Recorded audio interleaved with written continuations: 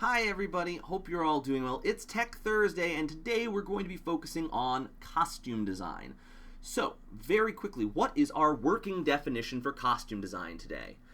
Costumes are anything that the actor wears, whether that is shoes, clothes, hat, hair, makeup, anything like that. Now, hair and makeup, like props is to set design, is a subset of costume design. So we're going to actually delve into hair and makeup in more detail on Tuesday. But today we're going to focus on the other stuff, the hats, clothes, shoes, and how that all fits into the design process.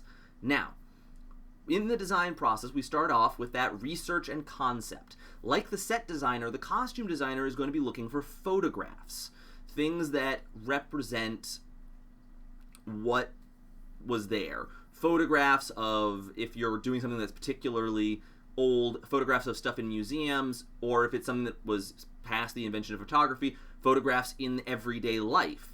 You know, if you've got something that's set in the 1960s, Google exists and there are thousands upon thousands of photos taken in the 1960s that you can use as, this is the idea I'm going for. Now, unlike set design, there's not going to be as much sketching or drawing at this phase. You're presenting the ideas and maybe talking about a little bit of color in this, what you're looking for in terms of the color, because again, you've read the script, you know what these characters are supposed to represent, and your choice in color can help the audience understand that. So for example, if someone's major thing is jealousy, dressing them in green, which is the traditional color of jealousy, might be a costume design choice you make. Once we get past the concept phase, and again, like in set design, like in sound design, you have to stick to whatever era you're in. So again, using the 1960s as a reference, you're going to dress them like they're in the 1960s. You're not going to dress them like they're in the 1990s or 2000s, because those fashions don't exist. But once we get past the concept, we go on to the actual design portion. And this is where the costume design gets very intensive in terms of the drawing that you have to do.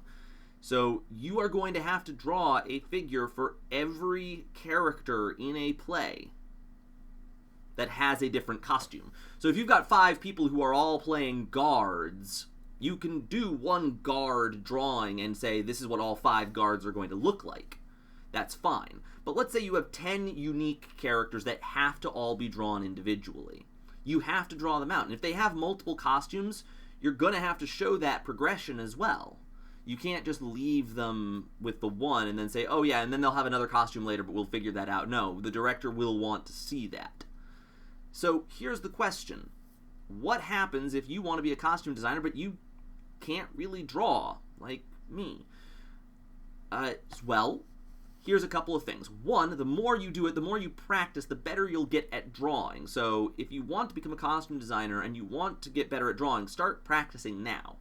2, there are plenty of little workarounds and shortcuts you can take. There are fashion models online, and I don't mean that as in like the actual pictures of the people who go down the runway, but there are little already pre-made drawings of people that are online, and you can search those up, print one of those out, and draw the clothes over it. That's what one of my costume design teachers recommended. She handed us all of these different ones and said, here, use these, because again, I'm not expecting you to draw all of these people because I'm not expecting you to be excellent artists. And that's what I still do. I will take that and I will draw the clothes over a pre-designed and pre-rendered figure. It's the easiest way to do it. And then after you've done that, you just color in the clothes and boom, you're done. Now, in terms of that, what do you use for color? Most people, one of the standards is watercolors. If you're not good at watercolors, like me, colored pencils, markers also work. And if you are particularly, how shall we say, I can't think of the word, but I'll probably think of it halfway through the sentence. Adventurous is the word I'll use, but it's not the right one. If you're particularly adventurous, you can do things that are weird. For example, in one of my costume design projects, I actually bought fabric and glued that onto the drawings to represent the clothes that I would have put them in. So I actually went out and bought fabric for that so that somebody could see and feel what they were going for. But otherwise, again, colored pencils, markers, watercolors, paints, printing out pictures and pasting them over the forms. That also works. There's a million different ways you can do it, and you can develop your own style of what works best for you. Finally, the implementation phase of costumes. This is where all of that work goes in. This is where you actually build the costumes. Now, there's a couple different ways that this can happen. Either A, if you're working in a place where there's a lot of costumes already lying around, go to that costume storage, get the measurements of your actors and say, here, try this on.